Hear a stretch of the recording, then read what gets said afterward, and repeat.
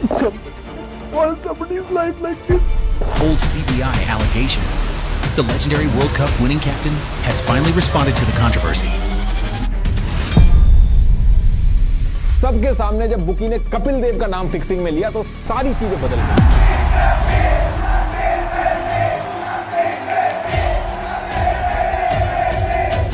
रमनिक चावड़ा के घर जब रेड मारी तो उसकी डायरी के अंदर से कपिल देव का नाम निकला। अजीत वाडेकर ने क्या किया कि पूरी टीम इंडिया का फोन टैप कराना चालू किया। ये सटोरियों को एक दिन पहले कैसे पता चल गया कि इंडिया फॉलो ऑन नहीं देगा। पाकिस्तान के खिलाफ मैच हारने पे 25 लाख रुपए कपिल देव देंगे और मनोज इस बात पे अड़ गए। लाल कृष्ण आडवाणी सीबीआई को एक केस ही नहीं देना चाह रहे। उन्हीं की वजह से सारे प्लेयर के नाम छुपाए गए।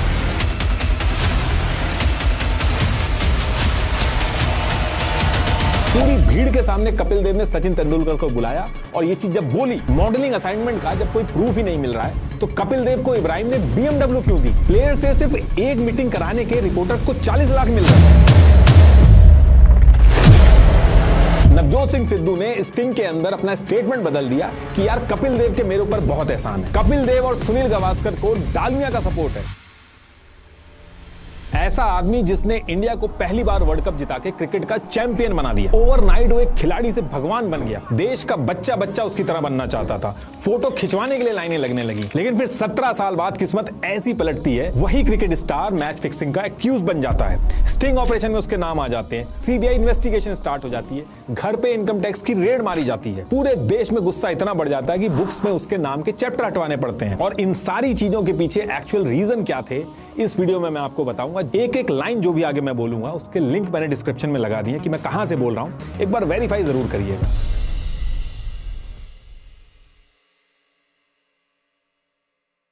देखिए होता क्या है कि 1983 वर्ल्ड कप जीतने के बाद जैसे जैसे टाइम हुआ कपिल देव की परफॉर्मेंस में डिक्लाइन आना चालू हुआ। अब जब ये डिक्लाइन वाला फेज शुरू हुआ तो इसके बीच बीच में कुछ छोटी छोटी चीजें मैच में ऐसी हो रही थी जिसको लेके जो क्रिकेट फैंस थे वो बहुत ज्यादा क्वेश्चन कर रहे थे। और 4 साल के बाद ईयर 1987 वाला जो वर्ल्ड कप था उसमें ये चीज और ज्यादा बढ़ जाती है। इस वर्ल्ड कप में इंडिया फेवरेट थी और इस वर्ल्ड कप के सेमीफाइनल में ग्राहम गोच जो थे वो एक ही तरफ स्वीप शॉट जो थे वो मारे जा रहे थे। आखिरी तक कोई फील्डर नहीं लगाया गया उस तरफ। तो इस चीज को लेकर सब लोग थोड़ा सरप्राइज थे। इनफैक्ट मैच खत्म होने के बाद भी प्रेस कॉन्फ्रेंस में जब सेम क्वेश्चन हुआ तो ग्राहम गोच ने कहा कि वो तो खुद ही सरप्राइज है कि फील्डर क्यों नहीं लगाया गया वहां पे। तो इस इंसिडेंट को लेकर बहुत ज्यादा हल्ला हुआ, फैंस भी गुस्सा हुए, लेकिन थोड़े टाइम बाद ये बात दब जाती है। लेकिन ज्यादा टाइम तक दबती नहीं है क्योंकि 23 अक्टूबर 1991 वाले दिन फिर से इशू खड़ा हो जाता है। इस दिन 258 का टारगेट चेस करते हुए इंडिया पाकिस्तान के खिलाफ स्ट्रॉन्ग पोजीशन में था। अब अचानक से अजहरुद्दीन और Kapil Dev back to back 0 पे आउट हो जाते हैं। मैच लेट स्टार्ट हुआ था तो लास्ट का ओवर आते आते बैड लाइट की वजह से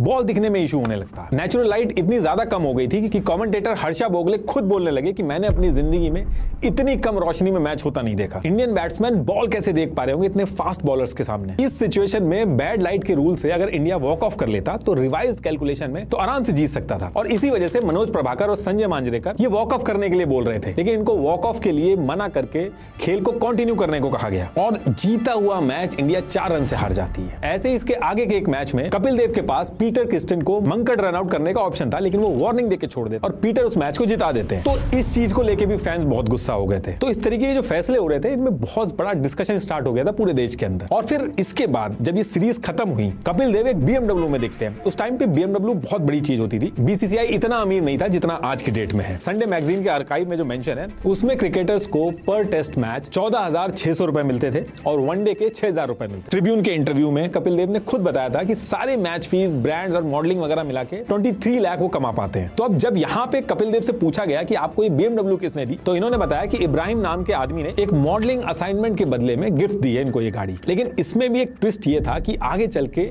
ऐसा कोई मॉडलिंग असाइनमेंट पब्लिक के सामने आया ही नहीं। अभी जब आगे सीबीआई वाला सेगमेंट आएगा तो उसमें ये पार्ट आएगा। अब ये जो परफॉर्मेंस वगैरह का इशू चल रहा था, जिस तरीके से फैसले लिए जा रहे थे, टीम इंडिया के जो मैनेजर थे अजीत वाडेकर, इनको लग रहा था कि टीम इंडिया के अंदर सब कुछ सही नहीं है। तो पता करने के लिए इन्होंने प्लेयर्स के फोन टैप कराना चालू कर दिए ताकि अगर कोई गड़बड़ चल रही है तो सामने आ जाए। लेकिन इसमें भी कोई चीज सामने नहीं आती है और इस चीज के बारे में इन्होंने मैनेजर की पोस्ट से हटने के बाद काफी टाइम बाद रिवील किया। अब देखिए उस टाइम पे अगर किसी पे नजर रखनी हो तो अथॉरिटीज वही बेसिक फोन टैप वगैरह की हेल्प लेती मिलती थी और इनलिमिटेड सोर्सेज के साथ सच तक पहुंचना बहुत चैलेंजिंग था। लेकिन आज के टाइम में सर्विलांस और मॉनिटरिंग बहुत बदल गई है। आज बड़े बड़े फ्रॉड्स और क्राइम्स को क्रैक करने के लिए डिजिटल सर्विलांस की जाती है जो साइबर सिक्योरिटी और एथिकल हैकिंग से होती है, और ये सीखना बहुत मुश्किल नहीं है। ट्राई हैक मी एक ऐसा ऑनलाइन प्लेटफॉर्म है जिसका यूज 7 मिलियन से ज्यादा लोग कर रहे हैं, जहां आप साइबर सिक्योरिटी और हैकिंग बिल्कुल स्क्रैच से प्रैक्टिकल और गेमिफाइड तरीके से सीख सकते हैं, और वो भी बिना भारी भरकम सॉफ्टवेयर डाउनलोड करे, सीधा ब्राउजर पे। इनके पास बिगिनर से लेके एडवांस लेवल तक का पूरा लर्निंग रोड मैप है, जहां आप सीखते हैं कि कैसे नेटवर्क्स को एनालाइज किया जाता है, कमियां ढूंढी जाती हैं और साइबर अटैक से सिस्टम को सिक्योर किया जाता है। डिस्क्रिप्शन में दिए गए लिंक पर क्लिक करके आप फ्री में साइन अप कर सकते हैं और काफी सारे रूम्स बिल्कुल फ्री में एक्सेस कर सकते हैं। और अगर आप सीरियसली आगे बढ़ना चाहते हैं तो इनका प्रीमियम प्लान सारे एडवांस कोर्सेज और रियल वर्ल्ड लैब्स का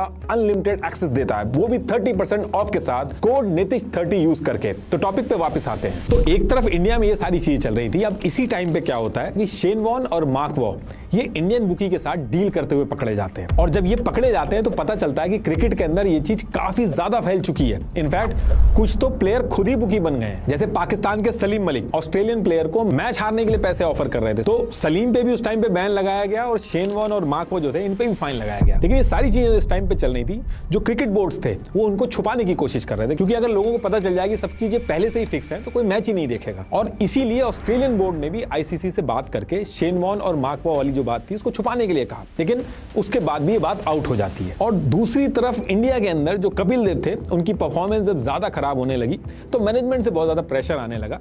तो नवंबर 1994 में कपिल देव ने रिटायरमेंट ले लिया क्रिकेट से, और रिटायरमेंट के बाद एक अमेरिकन कंपनी थी मस्को लाइटिंग, इसके साथ मिलकर स्टेडियम लाइट के प्रोजेक्ट पे काम करने लगे। तो अभी तक तो कोई भी दिक्कत नहीं चल रही थी, लेकिन कपिल देव के रिटायरमेंट से कुछ महीने बाद मई 1995 को एक वीरेंद्र कुमार ओरी नाम के एक सुप्रीम कोर्ट के लॉयर थे, ये केस के रिगार्डिंग राकेश मारिया से मिलने मुंबई पहुंचते हैं। अब जब ये पहुंचते हैं तो वहीं पे एक बुकी था, उससे इंटेरोगेशन चल रहा था, तो ये भी वहीं पे खड़े हो जाते हैं। तो इंटेरोगेशन के बीच में ही बुकी बोलता है कि ये जो 1994 में इंडिया न्यूजीलैंड के टूर पे जो बुरी तरीके से हार के आई थी, इस टूर पे दुबई और मुंबई बेटिंग सिंडिकेट जो था, इन्होंने कपिल देव की हेल्प से 16 करोड़ रुपए कमाए, जिसमें 1 करोड़ कैश में कपिल को दिए गए और बाकी के 25 लाख इन्होंने कपिल देव को एक फेक मॉडलिंग असाइनमेंट दिखा के ट्रांसफर किए। और कपिल देव का हॉलिडे इनका जो पूरा खर्चा था वो भी इन्होंने ही हटाया। और अगर आपको यकीन नहीं आता तो आप चेक करवा लो। अब लॉयर वीरेंद्र कुमार ओरी जो थे वो इस टाइम तो कुछ नहीं कहते हैं, लेकिन आगे चल के इन्होंने आउटलुक मैगजीन को ये सारी चीजें बता दी, और इनकी बातों को झूठ ना समझा जाए इसके लिए इन्होंने आउटलुक मैगजीन को एक एफिडेविट भी सबमिट करके कंफर्मेशन दिया कि मैं इंटेरोगेशन के टाइम पे वहीं पे था और मैंने ये सारी चीजें सुनी थी,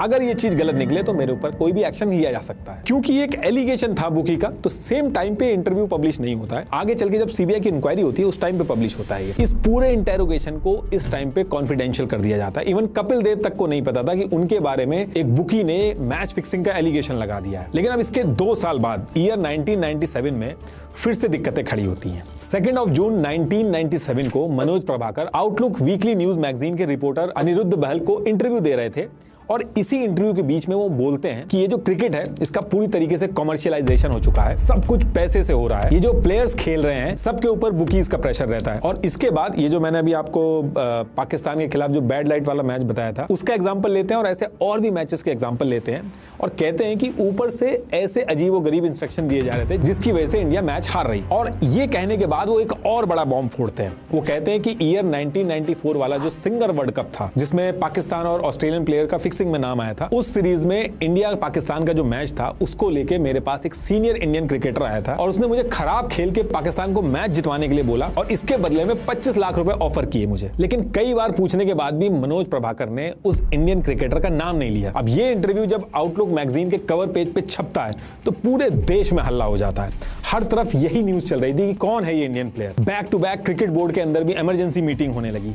फैंस जो थे वो हर तरफ गुस्सा होने लगे। Shockwaves across India tonight as the match-fixing scandal explodes.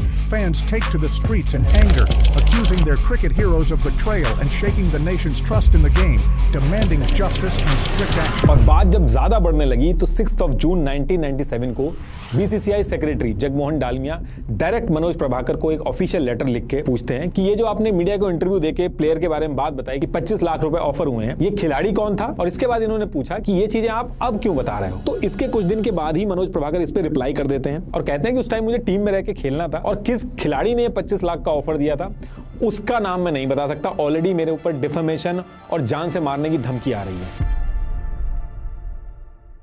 तो कुल मिला के मनोज प्रभाकर बीसीसीआई के सामने भी नाम नहीं बताते, लेकिन बीसीसीआई के सामने दिक्कत ये थी कि मीडिया का भी बहुत ज्यादा प्रेशर आ रहा था, हर तरफ यही डिस्कशन चल रहा था। तो यहां से बीसीसीआई ने ये डिसाइड किया कि एक इंक्वायरी करा लेनी चाहिए सारे प्लेयर्स की, ताकि सच सामने आ जाए। तो इसके 10 दिन बाद 20 जून 1997 को बीसीसीआई प्रेसिडेंट राज सिंह ने एक कमीशन बनाया। सुप्रीम कोर्ट के retired chief justice Yashwant Chandrachud ने इसको लीड किया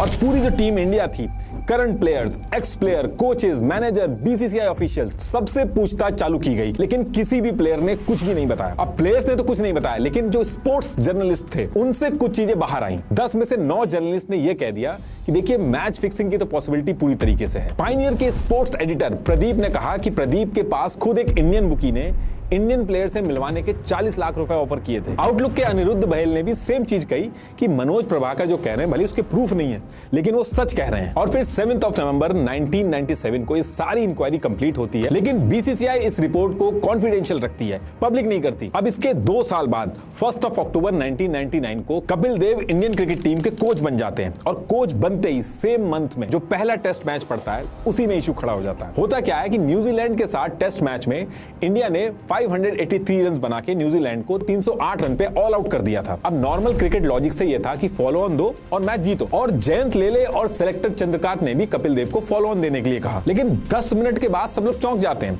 क्योंकि इंडिया ने फॉलो ऑन ही नहीं दिया। इंडिया ने फॉलो ऑन नहीं दिया और फिर मैच आगे चल के ड्रॉ हो जाता है। और इंडिया फॉलो ऑन नहीं देगा, इस चीज के बारे में जो सटोरी थे उनको एक दिन पहले इसके बारे में पता था कि इंडिया फॉलो ऑन नहीं देगा। अब जयंत लेले जो थे, इन्होंने सचिन तेंदुलकर को भी बुलाया और पूछा कि फॉलो ऑन क्यों नहीं दिया गया। तो उन्होंने कहा कि कपिल देव ने सबके सामने आके बोला कि जाओ उनको बोल दो हम बैटिंग करेंगे, तो मैं सबके सामने मना नहीं कर पाया। तो इस इंसिडेंट को भी लेके काफी दिन तक न्यूज वगैरह में डिस्कशन चला। उसके बाद ये मुद्दा भी ठंडा पड़ जाता है।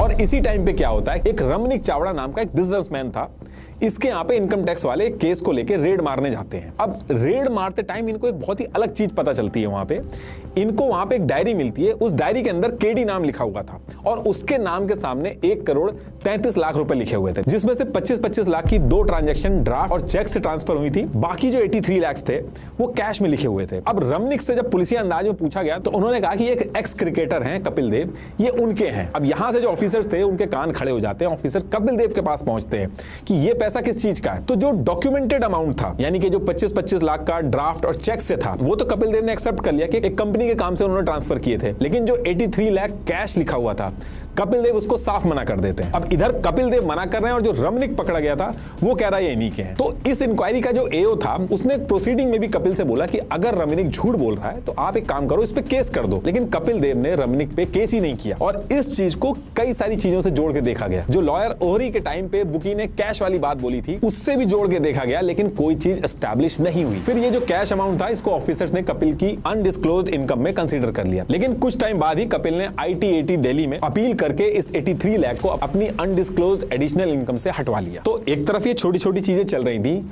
और सेम टाइम पे हेंसी क्रोनिये जो थे, इनका मैच फिक्सिंग का स्कैंडल सामने आ जाता है, जो हमने इससे पहले वीडियो में ऑलरेडी कवर किया।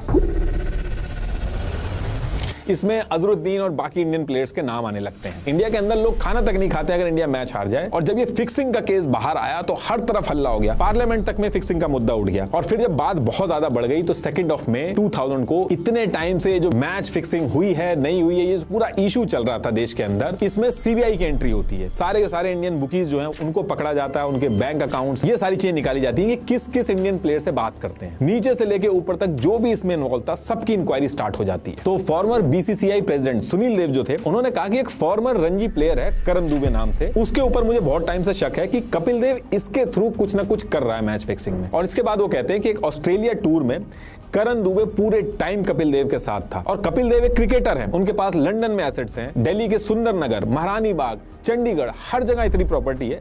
एक क्रिकेटर की इनकम से इतना कुछ होना पॉसिबल नहीं है, तो यहाँ पे इंक्वायरी जरूर होनी चाहिए। अब जब ये बात इंक्वायरी के बीच में उठती है तो यहाँ से जो CBI है वो मनोज प्रभाकर को बुलाती है और मनोज प्रभाकर से वही सेम चीज पूछी जाती है जो उन्होंने इंटरव्यू में कही थी। ये जो इंटरव्यू में तुमने 25 लाख रुपए की बात बोली थी कि तुम्हें एक इंडियन प्लेयर ने ऑफर किए थे, उस इंडियन प्लेयर का नाम बता हुआ। और बहुत देर आनाकानी करने के बाद मनोज प्रभाकर सीधे बोलते हैं कि वो आदमी कपिल देव है। कपिल देव ने ही फिक्सिंग के लिए मुझे 25 लाख रुपए ऑफर किए थे। अब जैसे ही मनोज प्रभाकर कपिल देव का नाम लेते हैं तो सीबीआई कहती है कि तुम पूरा इंसिडेंट डिटेल में बताओ कि उस टाइम आसपास कौन था और एक्चुअल में हुआ क्या था। और फिर यहां से मनोज प्रभाकर पूरा इंसिडेंट बताना चालू करते हैं। वो कहते हैं कि सिंगर कप 1994 चल रहा था। मनोज के जो रूममेट थे वो नवजोत सिंह सिद्धू थे। वो होटल के एक रूम में रह रहे थे और उनके बगल वाला जो रूम था वो बीच में एक कॉमन डोर से अटैच था। और उस बगल वाले रूम के अंदर प्रशांत वैद्य और नयन मोगिया रह रहे थे। और ये जो प्रशांत वाला रूम था, जब ये इंसिडेंट हुआ तो उस पर्टिकुलर टाइम पे एक बंगाली रिपोर्टर थे सत्यसेन मैत्रा, ये भी थे यहाँ पे। अब मनोज कहते हैं कि वो अपने रूम के अंदर जो बाथरूम था वहां पे शेव कर रहे थे और नवजोत सिंह उसी रूम में थे। उसी टाइम पे नवजोत सिंह सिद्धू आवाज लगा के मनोज से कहते हैं कि ओए पाजी, यानी कि कपिल देव, कोई ऑफर लेके आए हैं और तुझसे बात करना चाहते हैं। और मनोज प्रभाकर से कहते हैं कि जो पाकिस्तान के खिलाफ अगला मैच है उसमें तुझे अंडर परफॉर्म करना होगा, इसके बदले में 25 लाख रुपए मिलेंगे। अब मनोज प्रभाकर यहाँ पे कहते हैं कि ये चीज सुन के मैं उन पर बहुत ज्यादा गुस्सा हुआ, चिल्लाया। और फिर कहते हैं कि नवजोत सिंह सिद्धू भी उस टाइम पे उस रूम में थे और जो बगल वाला अटैच रूम था वहां तक भी आवाज जरूर गई होगी। उस रूम में प्रशांत वैद्य, नयन मोगिया, बंगाली जर्नलिस्ट जो थे, उन सब ने देखा। अब इसके बाद सीबीआई मनोज प्रभाकर से कहती है कि तो फिर इसके बाद तुमने क्या किया। मनोज प्रभाकर ने कहा कि ये बात मैंने directly team manager Ajit Wadekar जो थे और कैप्टन मोहम्मद अजरुद्दीन इनको बताई, लेकिन उसके बाद भी कुछ नहीं हुआ। और फिर उसके बाद मैंने रवि शास्त्री और सुनील गावस्कर जो कमेंट्री करते थे उस टाइम पे, उनके पास गया, उनको भी बताई, नाम लेके बताई, लेकिन उसके बाद भी कुछ नहीं हुआ। इस पूरी इंटेरोगेशन में मनोज प्रभाकर ने एक चीज और बोली कि कपिल देव ये सारा फिक्सिंग का काम हिरन हाथी के थ्रू करते हैं। अब मनोज प्रभाकर ने जितनी भी चीजें बताई, जितने भी विटनेस थे, सीबीआई एक एक करके इनके पास पहुंचती है और इनसे भी इंटेरोगेशन स्टार्ट होती है। लेकिन ये जितने भी लोग थे इनमें से कोई भी मनोज प्रभाकर के स्टेटमेंट को बैक ही नहीं करता है। रवि शास्त्री कहते हैं कि मनोज ने एक बार बोला तो था, लेकिन मुझे नहीं लगता कि कपिल ऐसा करेगा। नवजोत सिंह सिद्धू कहते हैं कि मनोज ने एक बार कैजुअली पैसों के ऑफर के बारे में कुछ बताया तो था, पर किसने दिया, कब दिया, ये नहीं बताया। और प्रशांत वैद्य ने कहा कि ऐसा कुछ इंसिडेंट मुझे याद नहीं है। अब इस पर्टिकुलर टाइम पे आउटलुक मैगजीन के जो अनिरुद्ध बहल थे, ये ढाका बांग्लादेश में थे, एक मैच को कवर करने गए थे। वहीं पे इनको वो बंगाली जर्नलिस्ट सत्यसेन मैत्रा ये मिलते हैं, जो उस दिन नयन मोगिया और प्रशांत वैद्य के रूम में थे। तो अनिरुद्ध जो है वो डायरेक्टली सत्यसेन से पूछते हैं कि उस दिन रूम में हुआ क्या था, तुम तो थे वहां पे, तुम बताओ। तो सत्यसेन कहते हैं कि उस दिन मैंने मनोज को चिल्लाते हुए तो सुना था कि ये तुम क्या कर रहे हो, तुम मुझे खरीद नहीं सकते, इस तरीके की आवाजें तो आ रही थी। लेकिन क्योंकि मैं बगल वाले रूम में था तो मुझे समझ में नहीं आया कि मनोज फोन पे किसी पे चिल्ला रहा था या एक्चुअल में रूम में कोई था। और जैसे ही मनोज ने चिल्लाना चालू किया तो प्रशांत वैद्य जो थे, जो थोड़ा सा दरवाजा खुला हुआ था, उसको बंद कर दिया। तो क्लियरली तो कुछ नहीं कह सकते कि वहां पे कपिल देव थे या नहीं थे, लेकिन मनोज चिल्ला रहे थे वहां। तो अब जैसे ये होता है, इसके बाद आउटलुक के अनिरुद्ध बहल और तरुण जे तेजपाल ये तहलका नाम से एक इन्वेस्टिगेटिव न्यूज वेबसाइट स्टार्ट करते हैं।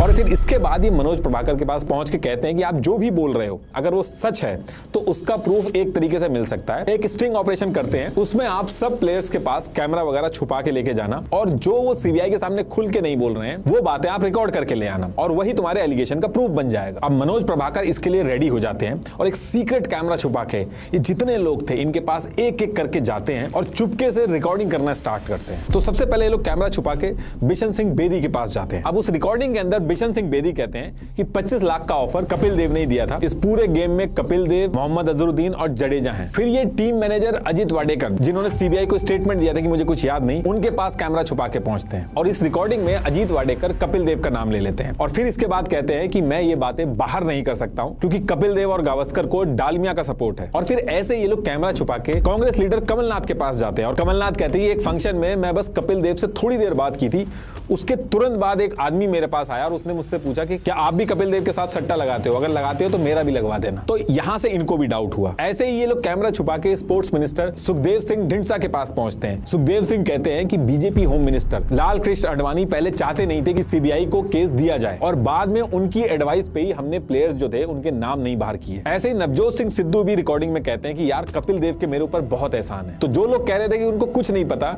इस स्टिंग ऑपरेशन में वो सब उल्टा बोल रहे थे। और आगे जब ये स्टिंग ऑपरेशन आउट हुआ तो सीबीआई ने दोबारा बुलाया नवजोत सिंह सिद्धू को, तो उन्होंने स्टेटमेंट बदल दिया था कि हाँ मनोज ने जो ऑफर वाली बात की थी उसमें कपिल का नाम लिया था। और ये सारा मैं बता रहा हूं, ये पूरा स्टिंग ऑपरेशन यूट्यूब पे आप तहलका फॉलन हीरो सर्च करोगे तो आपको ये पूरा स्टिंग ऑपरेशन मिल जाएगा। बाकी इसका लिंक भी मैं डिस्क्रिप्शन में डाल दूंगा। तो जब ये सारा स्टिंग ऑपरेशन हो जाता है तो उसके बाद 27 मई 2000 को मनोज प्रभाकर तहलका वालों के साथ मिलकर दिल्ली के मेरिडियन होटल में प्रेस कॉन्फ्रेंस करके सबको स्टिंग ऑपरेशन दिखा देते हैं। पूरे देश के अंदर कोहराम मच जाता है। breaking tonight. This explosive sting operation has exposed shocking links between top cricketers and bookies, triggering nationwide outrage. Protests erupting across India as furious fans. हाल ये हो गया था कि स्कूल बुक्स के अंदर कपिल देव के ऊपर एक चैप्टर था। गुजरात गवर्नमेंट ने धीरे से उस चैप्टर को ही हटा दिया। ऐसे ही सिटीजंस ऑफ लुधियाना जो सम्मान और कैश रिवॉर्ड दिया था उसको लौटाने को बोल दिया। और इसके बाद एक और चीज हो जाती है। एक्चुअली उस टाइम पे गवर्नमेंट ने कुछ महीने के टाइम फ्रेम के लिए एक VDIS स्कीम निकाली थी कि अगर किसी के पास 2 नंबर का पैसा या ब्लैक मनी है, खुद आके बता दे, उसका कोई पुराना केस नहीं खोलेंगे, उसको कोई जबरदस्ती पनिशमेंट नहीं होगी, 30 से 35% का टैक्स देना होगा उसको। तो जब ये स्ट्रिंग ऑपरेशन बाहर आया तो एक विश्व बंधु गुप्ता नाम के इनकम टैक्स ऑफिसर थे। इन्होंने कहा कि देखो, मैं नाम तो नहीं डिस्क्लोज करूंगा, लेकिन एक फॉर्मर इंडियन टीम का कैप्टन था, उसने ईयर 1997 में VDIS स्कीम के थ्रू 16 करोड़ रुपए की इनकम डिस्क्लोज की थी। ऐसे 6 से ज्यादा प्लेयर्स और थे। इन्होंने कहा कि एक प्लेयर के पास ब्लैक मनी किस चीज का होगा, हो सकता है फिक्सिंग का हो। तो जो इतनी इंक्वायरी बार बार की जा रही है, उसकी बजाय सारी जो इनकी संपत्ति है उसको चेक किया जाए, चोर अपने आप पकड़ा जाएगा। अब जैसे ही विश्व बंधु ये बात बोलते हैं, same week 20th of June 2000 को इनको सस्पेंड कर दिया जाता। लेकिन ये करने से भी कुछ होता नहीं है। इसके अगले महीने जुलाई 2000 में income tax, CBI, local police, ये सब मिलके प्लेयर्स के खिलाफ डायरेक्ट सबूत इकट्ठा करने के लिए ऑपरेशन जेंटलमैन लॉन्च करते हैं। इस ऑपरेशन के अंदर ये प्लेयर्स, बुकीज, BCCI ऑफिशियल्स इनकी 90 लोकेशन पे रेड मारते हैं और लिस्ट में सबसे ऊपर नाम था कपिल देव का। 20th of July 2000 को मॉर्निंग में इनके घर, ऑफिस, होटल, सब जगह 38 आवर्स तक रेड चलाई जाती है। रेड खत्म होने के बाद कोई भी डायरेक्ट लिंक मैच फिक्सिंग का नहीं मिलता है, लेकिन ऑफिसर के सामने एक पिक्चर बनना स्टार्ट होती है। ऑफिसर्स का मानना था कि शायद क्रिकेटर्स और बुकीज जो है, इनके बीच में जो पैसे का सेटलमेंट हो रहा है वो जमीन के थ्रू हो रहा है, यानी कि जमीन को खरीद बेच के हो रहा है। क्योंकि मल्टीपल ऐसी चीजें आ रही थी जिनका लॉजिकल एक्सप्लेनेशन नहीं था। जैसे कपिल देव को एक 100 एकड़ की जमीन थी, वो मार्केट रेट से बहुत ही कम दामों में मिली, और उस जमीन के जो पेपर भी थे वो भी कपिल देव के पास से नहीं बल्कि किसी और खिलाड़ी के ऑफिस से मिले। इस जमीन के पेपर करण दुबे के ऑफिस से मिले। करण दुबे का नाम ऑलरेडी मैच फिक्सिंग में आया हुआ था। ऐसे ही दिल्ली के महारानी बाग वाली लोकेशन से अनडिक्लेयर्ड एसेट्स के डॉक्यूमेंट्स मिले। कपिल देव से ऑफिसर्स ने पूछा भी, ये जो 100 एकड़ जमीन है ये आपने ली किससे? तो कपिल देव ने कहा कि केवल जोशी नाम का एक आदमी था, उससे ली। केवल जोशी को ढूंढा गया तो जमीन तो उसने बेची थी, लेकिन वो आदमी नहीं मिला, उसका कोई ट्रेस ही नहीं मिला। ऐसे ही CBI ने पूछा कि ईयर 1992 में BMW कार कहां से मिली? कपिल देव ने कहा कि एक इब्राहिम नाम का आदमी है साउथ अफ्रीका में, वो ऑटो सिटी नाम से एक गैराज चलाता है, उसने मॉडलिंग असाइनमेंट के बदले में वो BMW दी थी। अब इब्राहिम को ढूंढा गया तो उसका भी कोई ट्रेस नहीं मिला, और ये भी पता लगाया गया कि इस ईयर में कोई मॉडलिंग का असाइनमेंट हुआ हो जिसका कोई फोटो, पेमेंट या कोई कॉन्ट्रैक्ट हो, तो वो भी नहीं मिला। इसके बाद ये भी पूछा गया कि ईयर 1999 न्यूजीलैंड टेस्ट जिसमें तुमने फॉलो ऑन नहीं दिया था, उसके बारे में एक दिन पहले ही बुकीज को कैसे पता चल गया? तो इस पे भी कपिल देव ने कहा ये सबने मिलकर फैसला लिया था, मेरे अकेले का फैसला नहीं था। तो कुल मिला के यहां भी डायरेक्ट प्रूफ कोई नहीं मिल पाया। अब इसी टाइम पे एक फॉर्मर BCCI प्रेसिडेंट ने अपना नाम डिस्क्लोज किए बिना CBI को टिप दी कि ये जो अहमदाबाद वाला जो मैच था, वही जिसमें फॉलो ऑन नहीं दिया था, उस टाइम पे कपिल देव और हिरन हाथी के बीच में जरूर कुछ ना कुछ डील हुई होगी, क्योंकि उस टाइम पे कपिल उसके साथ बहुत ज्यादा दिख रहे थे। और मनोज प्रभाकर ने भी अपने एलिगेशन में कपिल देव के साथ हिरन हाथी का नाम लिया था। एक्चुअली हिरन हाथी जो है वो एक गुजरात का बिजनेसमैन था, पर मीडिया के अंदर इसका लिंक जो था वो बुकीज के साथ जोड़ा जाता था। लेकिन हिरन हाथी जब भी इंटरव्यू देता था उसको साफ मना कर देता था, क्योंकि कुछ भी प्रूव नहीं हुआ था। तो अब इस टिप के बाद CBI जो है वो हिरन हाथी के घर पे भी रेड मार देती है। हिरन हाथी के यहाँ से एक डायरी मिलती है जिनमें जो क्रिकेटर्स थे उनके इनिशियल्स लिखे हुए थे, और यहां से यह भी पता चला कि कपिल देव के पास एक स्टेडियम में लाइट लगाने का काम आया था। पेमेंट के लिए स्टेडियम वालों ने कहा हम पैसे नहीं दे सकते, तो इसके बदले में तुम स्टेडियम के अंदर जो एडवर्टाइजिंग लगाने के जो राइट्स हैं वो ले लो। अब नॉर्मली कपिल देव खुद ही राइट्स का फायदा उठा सकते थे, लेकिन कपिल ने ऐसा नहीं किया। कपिल देव ने एडवर्टाइजिंग राइट्स